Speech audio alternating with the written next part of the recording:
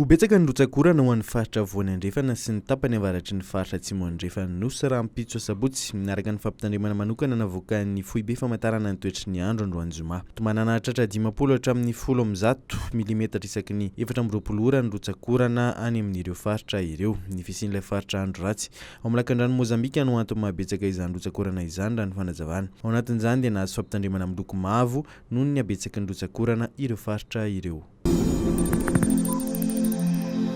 Inaina Andrea Sitoaina, be ny tanànan'Antananarivo teo aloha sady ministry ny fitsinjaram-pahefana sy ny fanajariana ny tany. No nametraka ny samboady manamarika fa tafapetraka ho be ny tanànan'Antananarivo Harilala Ramanantsoa.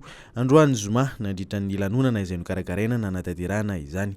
Nandritra ny lahatenina taona dia niantso ny rehetra hiara hiasa amin'ny ity be ny tanàna vaovao ity mba hanarenana ny tanànan'Antananarivo. Raha nambarany dia tsy manana fahavalo politika ny tenany fa ny fahavalo iraisana dia ny korontana, ny tsy fandriampahalemana ary ny fahantrana. Mialohan'ny Lanonana dia nisy ny fifamindram-pahefana teo amin'ny tanàna Vaovao sy Alexandre izay filohan'ny délégation manokana ny tanàna.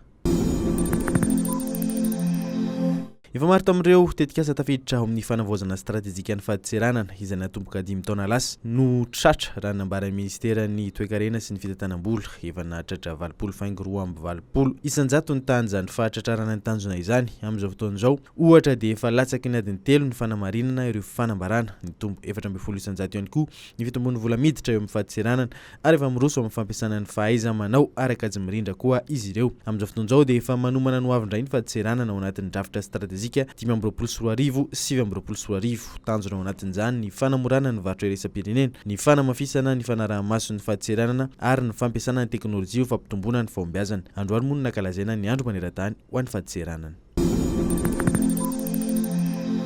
Fanofarana tamin'ny fomba ofisialy malalaka misy ny fandaharana asa Usaid Access. Ity fandaharana asa ity dia fandaharana asan'ny gouvernement américain. Nirahana ny asa tamin'ny fanjakana malagasy ary nentina nanamafisana sy nanatsarana ny rafi-pahasalamana nianga avy ny fotony teto amin'ny nosy tao anatin'ny taona izay nisiny teto Madagasikara dia ponina mahery ny 20 tapitrisa tao amin'ny distrika misy 20 no efa nisitraka tolotra ara-pahasalamana tsara kalitao tamin'ny alalany. Isan'ny fatoan'ny access ny fahasalaman'ny renjinjaza niady amin'ny arety mifindra ary ny aretina tazomoka. Maro dia maro ihany koa ireo tompo-pahasalamana no avaozana sy novatsiana fitaovana tamin'ny alalan'ity tetikasa ity. Natomboka tamin'ny fomba ofisialy tao Manja androany zoma ny fandaharana asa AFR izay mikendry ny fanarenana ny tontolo manodidina ary hatrehana fiovan'ny toetrandro eto Madagasikara. Ity tetikasa ity dia tetikasa vatsian'ny BMZ na ny ministera Alemanina misarona fiara-miasa ara ekonomika sy ny fampandrosoana ary tanterahan'ny sampandrarahan'ny firenena mikambana misarona ny fambolena sy ny sakafo na ny FAO. Firenena 9 eto Afrika no misitraka izany tetikasa izany. Ny fanarenana ny ala sy ny tontolo manodidina ao Akarafantsika ao amin'ny faritra Boeny no sahan'ny tetikasa ka tafiditra ao anatin'izany ny anatin'ny faritra rovana sy ny ivelany mitetina 5 tapitrisa $, ny teti-bola iasana ary isitraka tombony lehibe amin'izany ny tantsahin'ny fotony amin'ny alalan'ny fanomezana fomba fambolena maharitra sy mahomby sy ny fitantanana maharitra ny arena voajanahary.